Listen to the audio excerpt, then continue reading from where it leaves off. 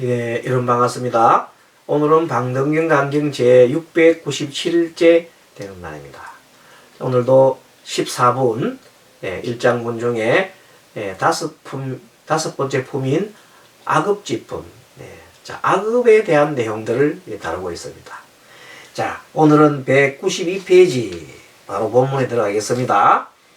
저곳에서 목숨이 끝나도록 훌륭한 길을 얻지 못하고, 이때 저곳이라는 것은 무색계, 색계 지난번에 욕계 공부했고 또 색계 공부했고 무색계. 자, 무색계도 목숨이 끝나더라도 아직까지 완전한 해탈을 못했기 때문에 훌륭한 길을 얻지 못하고 사견을 내기 때문에 큰 괴로움을 일으킨, 아직까지는 사견을 내요. 완전한 그래서 온갖 세 가지 나쁜 갈래, 자칫 잘못하면 거기 너무 집착하다 보면 나중에는 삼악도에도 들어갈 수가 있습니다. 뭐든지 지나치게 집착을 하면 안 되죠. 번뇌의 업을 영원히 끊어버리지 못하기 때문에 그래서 괴로움을 냅니다. 그 세 가지 나쁜 갈래 속에서 벗어나지 못하기 때문에 이러한 괴로움을 일으키는지라. 앙굴리라고 하는 사람이 부처님 당시에 살인자 99명의 사람을 죽였잖아요. 왜 그리 죽였어요? 딱 한 가지요. 그 사람 모든 번뇌를 다 벗어났는데, 모든 번뇌는 다 거기가 다 벗어났는데 한 가지 번뇌를 못 벗었다. 뭡니까? 도를 꼭 이루어야 된다는 한 생각, 해탈을 해야 된다. 그 한 생각에 머물러서 그 미쳐 있는 거예요. 그래서 스승의 게임에 빠져가 내가 네 사람을 99명 죽이고 오면 내가 너를 갖다가 안전한 도를 깨우치는 법을 알려주겠다고 거짓말을 한 거죠. 그랬을 때 미쳐가지고 그렇게 되면 바로 엄청난 어디로 가요? 지옥에 가잖아요. 바로 그겁니다. 그래서 색계든 뭐 욕계든 색계든 무색계든 그 어디에도 집착이 가장 나쁜 겁니다. 그래서 사성계에서도 집착하지 말라고 하는 겁니다. 법에 집착하면 굉장히 힘이 듭니다. 어떤 사람이 냉장고 절에 갔어요. 절에 갔는데 냉장고를 열어보니까 안에 초코파이가 하나 들었어요. 그래서 초코파이가 하나 들었는데 그 사람이 배가 참 고팠어. 그 초코파이를 보면 너무 먹고 싶었어. 하나 먹었단 말이에요. 근데 좀 있다가 그 스님이 냉장고를 디비다 보니까 스님이 먹으려고 나는 초코파이가 없잖아요. 그래서 초코파이가 어디 갔냐고 막 그 사람한테 얘기를 하니까 그 사님이 제가 먹었습니다 하니까 크게 호통을 치는 거예요. 절에서 주지 않은 물건은 탐하지 마나 했거늘 그게 그렇게 주지 않은 물을 먹으면 그건 도둑이야 하면서 막 이렇게 뭐라 해서, 그것도 사실은 틀린 말은 아닙니다. 하지만 크게 생각해 보면 그 사람이 배가 고팠잖아요. 그래서 찾아 먹었잖아요. 그때 나중에 그 스님 입장에 정말로 큰 스님이라면은 그걸 보고는 빙그레 웃으면서 아이고 그 사람이 배가 많이 고팠는가 보지요. 그렇지 않대 얘기를 하고 먹었으면 좋았을 텐데 그 정도로 했더라면 아주 훌륭한 분이었을 겁니다. 근데 그걸 갖다가 막 그냥 자기가 기분 나쁜 거를 좀 훈계한다는 식으로 그렇게 막 하면은 오히려 그게 그러면 그 상대도 또 기분 나쁜 마음을 느끼겠죠. 그게 바로 업을 짓는 거야. 상대로 하여금 마음을 상하게 만들면 그건 뭐예요? 업을 짓는 거예요. 그걸 알아야 합니다. 내가 설교를 해가지고 내가 하면 되지만 상대한테 악한 감정을 내게 하면 그것도 또 하나 업을 짓는다는 겁니다. 그래서 우리가 색계, 욕계, 무색계인데 무색계 정도 되면 얼마나 탐심이 없겠어요? 거의 없거든요. 그 없음에도 불구하고 예를 들어서 지금 배고픈 사람이 빵을 훔쳤다 합시다. 빵을 자기 집에 빵을 훔쳐 먹었다 합시다. 그럼 그걸 보고 확 뭐라 하고 말이지 화를 내고 막 그러면 그게 도대체 되는 소리냐고 막 냈다 합시다. 그럼 화냈잖아요. 화내는 순간 그 사람은 뭐가 돼요? 그것도 일종의 업을 짓는 겁니다. 그게 어쨌든 간에 이 말을 해서 상대가 마음을 아프게 할까 안 할까를 또 생각해 봐야 된다. 물론 뭐 훈육 차원에서 하는 거는 좋지만 그것도 어느 정도 어린이들이라든지 그런 데 모르지만은 다 큰 어른이라든지 그런 사람한테 훈육한다고 그걸 하는 자체가 어찌 보면 그 마음 자체가 교만심이 있는 겁니다. 안 그러면 아직까지 아상이 남아있다든지 그런 것을 우리가 한번 생각해 볼 문제입니다. 그게 좋은 말을 가지고 남한테 법문을 한다 치고 스님도 마찬가지입니다. 스님도 똑같습니다. 그게 적용됩니다. 스님도 예전에는 좀 공부가 덜 됐을 때는 막 그래 다른 사람 훈계를 하려고 막 합니다. 그러면 다른 사람 생각할 때 스님도 행동 잘 못하면서 그래 한다고 하잖아요. 그렇게 되면 상대를 기분 나쁘게 해버리면 똑같은 우를 범합니다. 그래서 그것은 이 수행자 아닌 사람인데 특히 수행자들은 더 주의를 해야 된다. 그렇게 얘기할 수 있습니다. 좀 이해가십니까? 자, 그래서 슬기로운 사람은 이런 일을 관찰하고 나서 무형세계 하늘을 즐겁게 생각하지 않나니. 그러므로 존재의 옥을, 이때 존재의 유입니다. 유 존재의 옥을 벗어나고 또 존재 속에서 삶을 영위하며, 여기서 보면, 존재라는 것은 유중생이죠. 유중생의, 중생 속에, 중생이 있는 것이다. 존재 속에, 이 같은 8가지 화합하여 관찰할 때 슬기로운 사람은 능히 이 이치를 잘 얻어가지고 일부러 마음을 내지 않아도 항상 팔정도를 닦게 되느니라.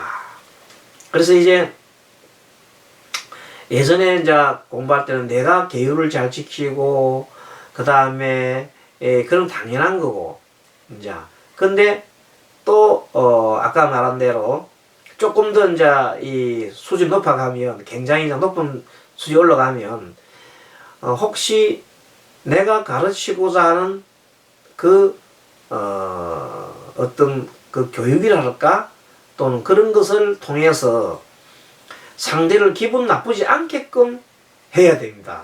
부처님께서는 이제 그런 전혀 상대를 기분 나쁘지 않게 합니다. 부처님께서 뭐라 할 때는 반드시 사리에 합당하고 또 그 사람의 위치를 알고 그 사람의 어느 정도 마음까지 알아가지고 이해하기 때문에 정말로 뭐를 안 느낍니까? 조금 더 거부 반응이 없이 받아들입니다. 근데 아직 부처님 단계가 못 된 사람은 자기 스스로 아직까지 뭐예요? 중생성이 남아있잖아요.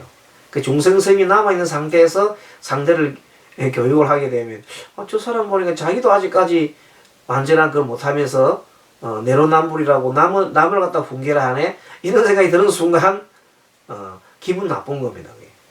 그렇겠죠. 그래서 스님이 예전에는 처음에 많은 분들한테 불자님들과 얘기를 할 때 아마 그런 걸 느낀 불자님들이 많이 있었을 거로 생각됩니다. 시행착오도 있고. 그래서 지금 이 기회를 통해서 참여합니다. 정말 그런 혹시나 이 방송을 들으면서 스님한테 그런 훈계 같은 그런 얘기를 듣고 가슴 아파하신 분들한테 스님이 진심으로 참여하고 또 사과를 드립니다.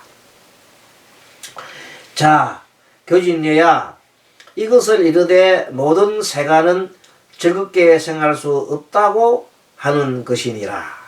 다시 교진녀야, 세간이라 하면 바로 행을 말함이니 슬기로운 사람은 세간으로 하면서 바로 행하는 걸 말한다. 슬기로운 사람은 세간의 행에 대해서 즐겁게 생각하지 않는다. 세간에서 하는 행이라는 것은 대개 보면 욕망에 쌓여 사는 거다. 바라는 마음, 욕망, 탐심, 아니면은 바라는 마음을 내가 바라는 마음을 충족하지 못할 때는 썽을 내잖아요. 썽냄, 그런 겁니다. 자, 슬기로운 사람은 세간의 행위에 대하여 즐겁게 생각하지 않나니 그 행위는 몸과 입과 뜻의 세 가지 행위 있느니라. 자, 몸과 입, 뜻, 세 가지 행위 있느니라. 자, 몸의 행위란 숨이 드나드는 것. 몸의 행은 주로 숨이 드나드는 것. 입의 행위라고 하는 것은 각관, 어떤 생각에 따라 가지고 말을 하잖아요. 그 말하는 것을 입의 행위라고 하고, 뜻의 행위라는 것은 머릿속으로 막 험한 생각을 많이 하는 것을 뜻의 행위라고 합니다. 아무튼 이 신구의 몸과 말과 뜻으로 행하는 이 모양은 모든 중생은 한 가지 심상이거늘 모든 중생은 보면 마음의 상으로 나타내는 겁니다. 슬기로운 자가 어떻게 분별하여 알고서 몸과 입과 뜻의 행을 즐겁게 하지 않느냐 하면, 슬기로운 자는 몸의 드나드는 숨을 관찰하되 99의 수를 가질 때 숨의 서늘함과 따뜻함, 숨이 시원한지 따뜻한지, 그 다음에 숨이 긴지 짧은지, 또 그런 것을 전부 다 살핀다, 알아차림한단 말이지. 그래서 몸 전체에 드나드는 숨을 깊이 관찰하여서, 심지어는 손바닥으로 숨이 들어나가고 발바닥으로 숨을 쉬는, 그 다음에 피부로 숨을 쉬는 피부호흡, 손바닥 장심호흡, 발바닥 족심호흡, 이런 것들, 심도 여기 있는 그 백혈, 백회로 뭘 해요? 숨을 쉬는 거, 뭐 이런 것들까지도 다 관찰한단 말이야. 말하자면 저 입과 코로부터 드나드는 모든 몸의 숨과 내지는 털구멍, 그렇죠? 털구멍 피부입니다. 피부로 드나드는 숨이 그것이라. 그걸 다 관찰한다는 것입니다. 이 사람은 숨을 관찰하여서 이 숨이 본래 생과 멸이 없음을 자세하느니라. 그 사람, 이 원래 숨이라는 것이 본래부터 생이 있고 멸이 있고 있는 것이 아니냐. 숨이 생한 것지만 생하면서 멸하는 것이고, 또 멸하지만 다시 들어오는 거야. 그러니까 생도, 어찌 보면 생도 없고 멸도 없고 그야말로 무상한 거야. 자, 무상한 것이 생도 없고 멸도 없는 거거든요. 그래서 이런 존재, 만약 본래부터 없는 것이 이제 비로소 있는 것이라고 한다면, 이는 본래는 없는 것인데 나타났잖아요. 또 나타나 있는데도 이것이 또 사라지잖아요.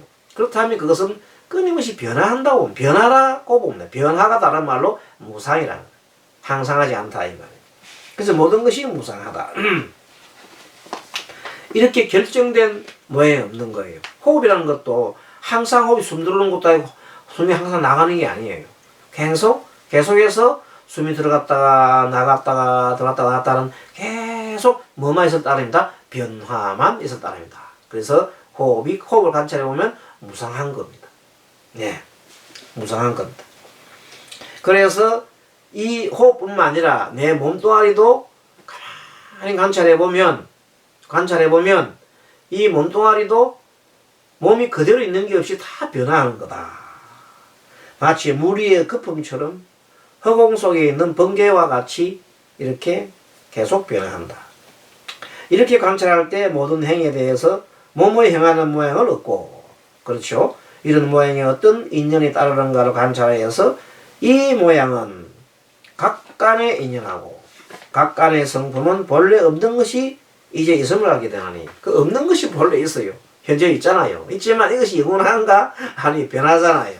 그래서 무상한 겁니다. 무상함을, 덧없음을 느끼게 된단 말이에요. 그러므로 이는 덧없음이라고 할 수 있고, 끊을 수 있는 법이고 해탈할 수 있는 법이고, 이 무상한 이 우리의 이 몸뚱아리가 언젠가는 사라질 거지요. 이 각관은 허망한 마음으로 인하여 각관, 이 감각이라고 생각과 감각이라는 것은 계속해서 생각하는 머릿속으로 생각하기 때문에 일어나는 거란 말이에요. 실상은 그게 아니거든요. 이 마음 성품도 본래 없는 것이 이제 있음이니 그러므로 이는 덧없는 모양이어서 파괴할 수 있는 모양이고 귀하면 없는 모양이다. 그 두 사람이 절에 가서 냉장고에 있는 뭘 하나 먹었다 합시다. 근데 원래 주지 않은 걸 먹으면 안 돼. 그 사람이 잘했다는 거 아니야. 그 사람도 말하자면 쉽게 말하면 죄를 지은 거야. 일단 업을 짓단 말이에요. 한데 그 사람 보고 나무라는 사람도 같이 죄를 짓는 거야. 그때 포용적으로 웃으면서 아유 배가 참 고팠는 것 같습니다. 그 사님 그래도 얘기를 하고 먹어서는 참 좋았지요. 왜냐하면 내가 그걸 넣어놓은 걸 내가 먹으려고 해놓은 거기 때문에. 그럼 그 사람이 엄청 미안할 거 아닙니까? 아이고 죄송합니다. 그럴 거 아닙니까? 예, 그렇게 해서 교육을 시키면 확실한 교육이 됩니다. 근데 그렇지 않고 막 다른 말로 그냥 부처님 법문을 인용하면서 막 얘기하면 반감을 살 수 있을 수가 있어요. 예, 그래서 그렇게 해서 서로가 업을 지었으니까 그게 지혜로운 일입니까? 지혜롭지 못합니까? 지혜롭지 못하다는 겁니다. 그 안에 있는 사람을 그 냉장고에 있는 사람을 먹은 사람은 그것이 원인 제공을 했지요. 그 사람이 어찌 보면 더 큰 원인 제공자야. 하지만 또 반대로 생각하면 그 뭐라는 사람도 좀 더 그런 지위에 있었더라면 높은 지위에 있었더라면 좀 더 좋지 않았을까 그렇게 해봅니다. 자 이렇게 그러므로 이 덧없는 모양이어서 파괴할 수 있는 모양이죠. 항상 덧없는 것은 변하잖아요.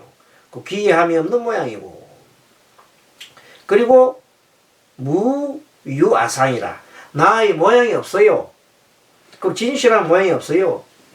항상 그러니까 진실한 모양 실상이라고 실상이 유무실상이라는 것. 이렇게 관찰할 때 모든 행위에 대해서 뉘우치는 마음을 내고 그래서 내가 하는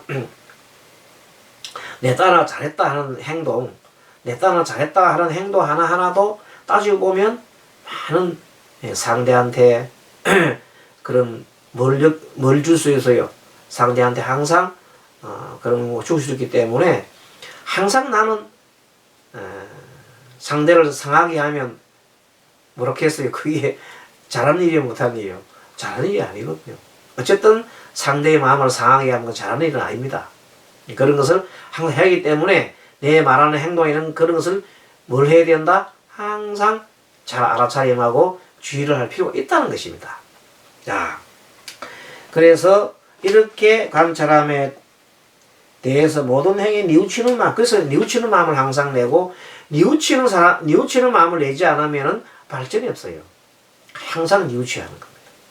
항상 그래서 항상 내가 잘났다가 아니라 나는 법대로 한다가 아니라 항상 뉘우쳐야 되는 겁니다. 뉘우치지 않으면 그 사람은 못 사는 사람입니다. 자, 그래서 세간에 즐거워할 수 없는 생각을 담느니라. 다시 설기는 자가 만약 이러한 3세, 과거, 현재, 미래지요를 깊이 관찰한다면 능히 모든 번뇌와 12입, 육경과 육경을 만나는 거지요. 이것을 아주 끊어버리고 바른 소견을 깨끗이 하여 정견이요 정견을 가지고 끊임없이 헤매는 법을 제기하고 헤맨다는 말은 번뇌망상을 일으키는 것을 제거하고 공평하고 정직한 도를 이룩하여 정치에 거둠이 되리니 정치에 듭니다. 정치를 다른 말로 정정치를 하기도 합니다. 정정치. 이 정정치는 다른 말로 뭐냐면 악연이 없는 지위예요. 이제 더 이상 악연 안 짓는 겁니다. 그리고 생사 없는 경지에 들어가는 것이고 성불이 이미 결정된 사항을 말하지요. 그래서 이러한 방편으로 닦는다면 결정코 수단가와 내지 아랑가를 얻으리라. 그렇게 얘기를 하고 있습니다. 자, 여러분 여기서 또 잘하면 그동안에 우리가 앞으로 하는 행위에 대해서 행동 하나에 대해서 나는 혹시 나와 다른 사람을 위해서 정말로 마음을 아프게 한 적이 있는가 없는가 한번 생각해 보시면서 늘 그렇게 해보시면 말할 때도 행동할 때도 생각할 때도 뭐가 되겠습니까? 아주 되겠죠. 그것이 수행할 때 참 도움이 됩니다. 그래서 늘 알아차림하는 것이 좋고, 그래서 항상 뭘 해야 된다? 항상 뉘우치는 마음을 가지고 항상 반성해야 된다. 왜냐면 우리 중생이잖아요. 우리 중생들은 끊임없이 자기는 잘한다 하지만 항상 못하는 일들이 많아요. 남을 아프게 합니다. 그래서 늘 반성하고 그런 것을 생활화해야 합니다. 여러분 잘 들었습니까? 다음 또 시간에 뵙도록 하겠습니다. 또 건강하시고 또 코로나 안 걸리기 잘 이해하시면서 다음 시간에 뵙겠습니다. 마하반야바람이